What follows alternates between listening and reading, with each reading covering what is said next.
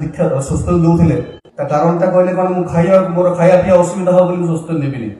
ତ ଦାଦା ତାକୁ ସହଜ ଭାବରେ ବୁଝିଲେ ଦି ପ୍ରକାର ଲୋକ ଅଛନ୍ତି, ଜଣେ ଖାଇବା ପାଇଁ ବଞ୍ଚେ, ଜଣେ ବଞ୍ଚିବା ପାଇଁ ଖାଏ। ଯଦି ଆପଣ ବଞ୍ଚିବା ପାଇଁ ଖାଇବେ ତାହେଲେ ତ ଖାଇବାର ଅସୁବିଧା ହବନି, ଯଦି ଖାଇବା ପାଇଁ ବଞ୍ଚୁଥାନ୍ତି ତାହେଲେ ଅସୁବିଧା ହେଇପାରେ। ତ ସେ ଗୋଟେ କଥାରେ ସିଏ ସୁସ୍ଥ ନେବା ରାଜି ହେଲେ। ତେଣୁ ପରିବାରରେ ଯଦି ମୋର ପରିବାର ଲୋକ ଯଦି ଖାଇବାକୁ ବଞ୍ଚୁଥାନ୍ତି, ମାନେ ଖାଇବା ପାଇଁ ବଞ୍ଚୁଥାନ୍ତି, ମୁଁ ତାଙ୍କ ନିଡ୍ କେତେ ଫୁଲଫିଲ୍ କରିବି। ତେଣୁ ହଜାର ସେ ଏକ୍ସାମ୍ପଲ ଅଛି। ମୁଁ ଦେଖିଛି ମୋ ସାଙ୍ଗ ଘରେ, ମୋର ଜଣେ କଲିଗ୍ସ ଅଛନ୍ତି, ସେ ତାଙ୍କ ଘରେ ଆମର ସବୁ ମାନେ ଆଇଡିରେ ତ ମେଡିସିନ ମାଗଣା ଯାଏ, ମେଡିସିନ ସବୁ ସେଣ୍ଟ୍ରାଲ ଗଭର୍ଣ୍ଣମେଣ୍ଟ ମାଗଣା ମିଳେ, ମାନେ ଯୋଉ ଡିପେଣ୍ଡେଣ୍ଟ ପ୍ୟାରେଣ୍ଟସ୍ ମାନଙ୍କୁ ମିଳେ। 35,000 40,000 ଡାଇବେଟିସ୍ ମେଡିସିନ ଯାଉଛି ଘରକୁ। ଗୋଟେ ସାଧାରଣ ମଣିଷ ତାକୁ ଫୁଲଫିଲ୍ କରିପାରିବ? ତାର ଘରର ଯେତିକି ତାର ମନ୍ଥଲି ଇନକମ୍, ସେ ମନ୍ଥଲି ଇନକମ୍ ଯଦି ମୋର ଘରେ ବାପା ମାଙ୍କର ଖାଇବା ମେଡିସିନ ଖର୍ଚ୍ଚ ଯଦି 40,000 ମାସକୁ ମୁଁ ଦେଇପାରିବି, ତ ପରିଚର୍ଯା ମାନେ କଣ ଏଇ ଅନାବଶ୍ୟକ ନିଡଟାକୁ ଫୁଲଫିଲ୍ କରିବା?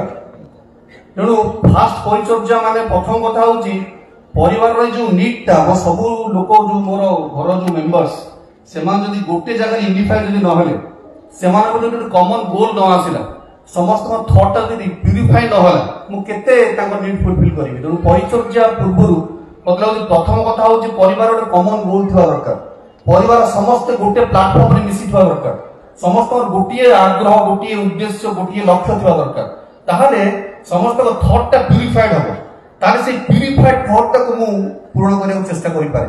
ନହେଲେ କିଏ କାହାର କେତେ ଥଟ୍, କିଏ କାହାର କେତେ ନିଡ୍ ଫୁଲଫିଲ୍ କରିପାରିବେନି। ତେଣୁ ପରିବାର ପରିଚର୍ଯା ପ୍ରଥମ ସେଇ ଜାଗାରେ ରହୁଛି। ପରିବାର ପରିଚର୍ଯା ପୂର୍ବରୁ ପ୍ରଥମ ଦରକାର, ପରିବାର ପ୍ରଥମ କମନ ପଏଣ୍ଟ ଥିବା ଦରକାର। ମୋର ପ୍ରଥମ କାମ ହଉଛି ସମସ୍ତ ଗୋର୍ଜାକୁ ନେଇକି ଆସିବି, ସମସ୍ତଙ୍କ ଥଟ୍ ଗୋର୍ଜାରେ ମିଶିବା ଦରକାର ପରିବାର ପରିଚର୍ଯାରେ। ତାପରେ ଆସୁଛି ଅର୍ଥ ଉପାର୍ଜନର ସାର୍ଥକ ପ୍ରକ୍ରିୟା। ଅର୍ଥ ଉପାର୍ଜନ ମୁଁ କଣ କରିବି? ପରିବାରର ପରିଚର୍ଯା ପାଇଁ ମତେ ଅର୍ଥ ଦରକାର। ଅର୍ଥ କୋଉଠି ପାଇବି? ଅର୍ଥ ପାଇବି ମୋର ଜୀବିକାରୁ। ମୁଁ ଯୋଉ ପ୍ରଫେସନରେ ଅଛି ସେଇ ପ୍ରଫେସନରୁ ଅର୍ଥ ଆଣିବି। ତ ଅର୍ଥ ଉପାର୍ଜନ ଡାଇରେକ୍ଟ ଲିଙ୍କ ରହୁଛି ମୋ ଜୀବିକା ସହିତ, ଆଉ ସେ ଜୀବିକା ସହ ଜୀବିକାର ଡାଇରେକ୍ଟ ଲିଙ୍କ ରହୁଛି ମୋର ଶିକ୍ଷାଗତ ଯୋଗ୍ୟତା ସହିତ। ମୋ ତଥାକଥିତ ଶିକ୍ଷାଗତ ଯୋଗ୍ୟତା ବେସିସରେ ମୁଁ ଗୋଟେ ଜୀବିକା ନିର୍ବାହ କରୁଛି, ଜୀବିକା ସିଲେକ୍ସନ କରୁଛି, ଯୋଉଟାକି ବର୍ତ୍ତମାନ ଟ୍ରେନ୍। ଯଦି ଡକ୍ଟର ହବାକୁ ଚାହେଁ ମତେ ଏବିବିଏସ୍ ଡିଗ୍ରୀ ଦରକାର, ଯଦି ଇଞ୍ଜିନିୟର ହବାକୁ ଚାହେଁ ମତେ ବିଟେକ୍ ଡିଗ୍ରୀ ଦରକାର, ଏମଟେକ୍ ଦରକାର, ପିଏଚଡି ଦରକାର। ଡିଗ୍ରୀ ବେସିସ୍ ମାନେ ତଥାକଥିତ ଶିକ୍ଷାଗତ ଯୋଗ୍ୟତା ବେସିସରେ ଗୋଟେ ମୁଁ ଜୀବିକା ସିଲେକ୍ସନ କରୁଛି। But is it the right track? Something is missing here. ଏଠୁ କିଛି ଅସୁବିଧା ରହୁଛି। କାରଣ ଏଠି କଣ ହଉଛି, ଏଇ ତଥାକଥିତ ଶିକ୍ଷାଗତ ଯୋଗ୍ୟତା ମଣିଷକୁ ଗୋଟେ ମନି ମେକିଂ ମେସିନ୍ କରିଦେଇ ପାରୁଛି, କିନ୍ତୁ ତା ଭିତରେ ଗୋଟେ ବେସିକ ଜିନିଷ ମିସିଂ ହଉଛି କଣ, ସେ ତାର ବୈଶିଷ୍ଟ୍ୟଟାକୁ ଚିହ୍ନି ପାରୁନି। ଶିକ୍ଷାର ବେସିକ ଉଦ୍ଦେଶ୍ୟ ରହିବା ଦରକାର ଯେ ମଣିଷ ଭିତରେ ତାର ବୈଶିଷ୍ଟ୍ୟର ସ୍ଫୁରଣ ହବା ଦରକାର। ଠାକୁରଙ୍କ ବାଣୀ ଅଛି ଯେ ବୈଶିଷ୍ଟ୍ୟ ନ ବୁଝି ମଣିଷକୁ ଶିକ୍ଷା ଦେବା ଆଉ ତାକୁ ନପୁଂସକ କରି ତୋଳିବା ଗୋଟିଏ କଥା। ତେଣୁ ଏଇ ଯୋଉ କଥାଟା ଯେ ସେ ତାର ବୈଶିଷ୍ଟ୍ୟ ନ ବୁଝିକି ସେ ତାର ଜୀବିକା ନିର୍ବାଚନ କରୁଛି, ଶିକ୍ଷା ତା ଭିତରେ ସେଇ ବେସିକ ଇନଷ୍ଟିଂକ୍ଟଟାକୁ ଜାଗ୍ରତ କରିପାରିଲାନି, ତା ଶିକ୍ଷାଟା ଫେଲ୍ କଲାନି କି? ତେଣୁ ଶିକ୍ଷା ଆଉ ଜୀବିକା ନିର୍ବାଚନ ଏଇ ଦିଟା ପୂର୍ବରୁ ଆଉ ଗୋଟେ କମନ ପଏଣ୍ଟ ରହିବା ଦରକାର, ଦୀକ୍ଷା। ସେଥିପାଇଁ କୁହାଉଛି ଦୀକ୍ଷା ଶିକ୍ଷା ବିବାହ। ଫାଷ୍ଟ ଦୀକ୍ଷା କୁହାଯାଇଛି, ଦାଦା ମାନେ ସେଇ ଏକ୍ସାକ୍ଟ ସେଇ କଥା କହୁଥିଲେ। ଫାଷ୍ଟ ଦୀକ୍ଷା। ଦୀକ୍ଷା ଯଦି ଜୀବନ ନ ଥାଏ ତାହେଲେ ଏଇ ବ୍ୟକ୍ତିତ୍ୱର ସ୍ଫୁରଣଟା ହବନି। ଏଇ ଯୋଉ ଭିତରେ ଯୋଉ ଇନଷ୍ଟିଂକ୍ଟଟା ଅଛି, ବୈଶିଷ୍ଟ୍ୟଟା ଅଛି, ସେଟା ସେ ଜାଣିପାରିବନି। ତେଣୁ ଶିକ୍ଷା ହେଇକି ହବ କଣ? ସେ ତାକୁ ଗୋଟେ ସେ ଶିକ୍ଷା ୟୁଜ କରିକି ଗୋଟେ କିମ୍ବୁତ କିମ୍ବା ପର୍ସନାଲିଟିର ଅଧିକାରୀ ହେଉଥିବ, ଗୋଟେ ମ୍ୟାନ ମେକିଂ ଗୋଟେ ମେସିନ୍ ହେଉଥିବ, ସେଥିରେ ତ କାମଟା ହେଲାନି। ତେଣୁ ଅର୍ଥ ଉପାର୍ଜନ ସାର୍ଥକ ପ୍ରକ୍ରିୟା ପାଇଁ ଯଦି ଚାହୁଁଛି ପ୍ରକୃତରେ ଅର୍ଥ ଉପାର୍ଜନ ସାର୍ଥକ ପ୍ରକ୍ରିୟା ଯଦି ହୁଏ, ତାହେଲେ ମୋର ଜୀବିକା ନିର୍ବାଚନ ବୈଶିଷ୍ଟ୍ୟ ମାପି ହେବା ଦରକାର। ଆଉ ସେ ବୈଶିଷ୍ଟ୍ୟଟା ହବ ସ୍ଫୁରଣ କେତେବେଳେ ହବ? ଯଦି ମୋ ଜୀବନ ଆଦର୍ଶ ଥାନ୍ତି, ଯଦି ମୋ ଜୀବନ ଗୁରୁ ଥାନ୍ତି, ଯଦି ମୋ ଜୀବନ ଆଚାର୍ଯ୍ୟ ଥାନ୍ତି, ଆଉ ତାଙ୍କ ପ୍ରତି ନିଷ୍ଠା ଯଦି ଥାଏ। ମୁଁ ଜୀବନ ଅନୁଭୂତି ଗୋଟେ ସେୟାର କରୁଛି। ଯେତେବେଳେ ମୋ ବାପା ମା ମତେ ଇଞ୍ଜିନିୟରିଂ କଲେଜରେ ଆଡମିସନ କରେଇଲେ, ଇଚ୍ଛା ଥିଲା ଯେ ଇଞ୍ଜିନିୟରିଂ ପଢିବ, ଇଞ୍ଜିନିୟରିଂ କରିକି ଇଞ୍ଜିନିୟର ହେଇକି ପରିବାର ପରିଚର୍ଯା କରିବ। ମୁଁ ଯଦି ଯେତେବେଳେ ଇଞ୍ଜିନିୟରିଂ ପଢୁଥିଲି, ମୋର ମନେ ଅଛି 1997 ମେରେ ମୋ ଆଡମିସନ ହେଲା। ନର୍ମାଲ ପିଲା ଭଳି ମୁଁ ବି ଆଡମିସନ ହେଇଥିଲି, କିନ୍ତୁ ଠାକୁରଙ୍କ ଦୟାରୁ ନଭେମ୍ବର 29, 1997 ମୋର ଦୀକ୍ଷା ହେଇଗଲା।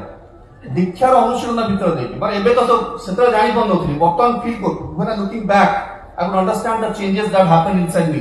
ଦୀକ୍ଷା ନେଲି, ଏଇ ଇଷ୍ଟଭୂତି ଟିକେ କରେ, ପ୍ରାର୍ଥନା କରେ, ମଝି ମଝି ସତ୍ସଙ୍ଗ ଯାଏ, धीरे धीरे मते ए पाठ पढ़ा प्रति नोट फट भले कली लाइब्रेरी जीवा नोट करबा माने भल भल भल सुंदर नोट मेंटेन करे पढ़े पिला माने मते मो सांगा माने मो नोट को नियंती मोर जेतरे जो क्लास रे जोडा बुझी पारंती मते पचारंती मो नोट रेफर करी पिला पास करी जानते मते कोन दिकर तू तो बढ़िया पढौछु तू सार मानो पाखे काई पढियो तो प्रकार बड़ पले मुझी पड़छि बेसी आई and when they say like this I get inspired जे बहुत बढ़िया माने मो भीतर जो टीचिंग प्रति जो आग्रहटा ये जो शिक्षा प्रति जो न्याकटा थिला ए न्याकटा धीरे धीरे विभिन्न परिवेश संघात भितर मु अनुभव कली जे मोर ए न्याकटा अछि टुवर्ड्स टीचिंग जानि पाली आउ जतरे लास्ट ईयर जतरे आसिला माने फाइनल बेसिकली कॉलेज मानकर आसे प्लेसमेंट सब कंपनी माने आसंती तो कंपनी आसिले गोटे कंपनी आसरा कॉलेज को हमर मन अछि 60 पिला से प्लेसमेंट नै हेतला but I was the only guy जे मु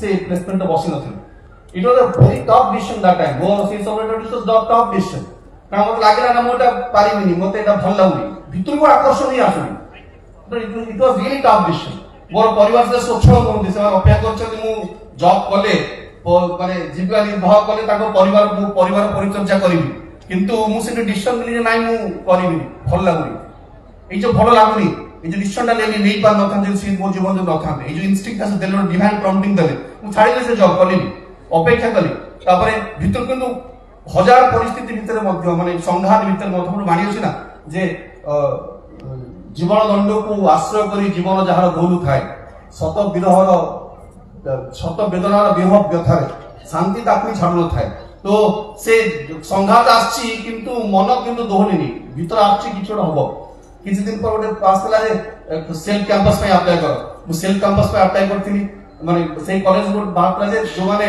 इंटरेस्टेड कॉलेज रे से सेम कॉलेज माने पढे को चाहू अप्लाई कर मु अप्लाई करथिनी सेल्फ कैंपस मु एते कॉन्फिडेंट थिनी जे मु तो टीचिंग प्रति नाक अछि मु तो भल होजी टीचिंग मे टीचिंग काहे करिवि सेटा पछे ओटा प्राइवेट इंजीनियर होइता न काहे बीटा ही करिवि मु अप्लाई करथिनी आ जो दिन अप्लाई कली से फॉर्म टा फिल कर ठाकुर बा रखि दिली मनोहर हार्दी ठाकुर जो दिन हेइ जिवो मोर तो अवश्य आपन दर हेइ जिवो जो दिन हेइ जिवो इसको डबल कर दे भाबिली आउ पढेनी तापरे फॉर्म फिल कर अप्लाई करी घर पढेनी फाइनल इयर सल्ला परीक्षा एक सेमिस्टर से घर पढेनी अपेक्षा करछि जे आसीबो लेटर मोर सिलेक्शन श्योर हेइथबो ए लेटर आसला मोर सिलेक्शन मोर हेइनी मु थर्ड रहिछि फर्स्ट सेकंड जे ताकि चांस दिया ना मते स्टैंड बाय रखाला जदी निजो के छाड़ियो तार मते मिलियो परिवार को डिपेंडेंट मु उपार्जन कले मो बापा मां चढ़िबे माने लोन करी पाठ पढै जनी मते मु डिसीजन नो जेई भलिया इज इट नॉट चैलेंजिंग मोर से डिसीजन नहीं पारे मते जीवन आदर्श न थांदी